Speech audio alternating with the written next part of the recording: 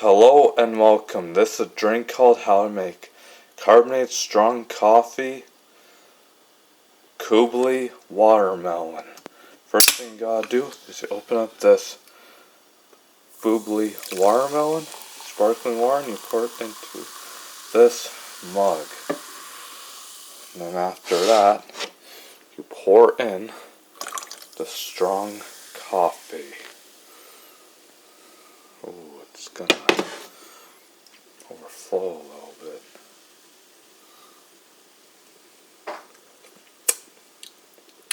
Tastes not bad. Tastes pretty good and sweet. The watermelon flavor. Pour in a little more. And here is your carbonated strong coffee Bubly watermelon. Enjoy it, folks.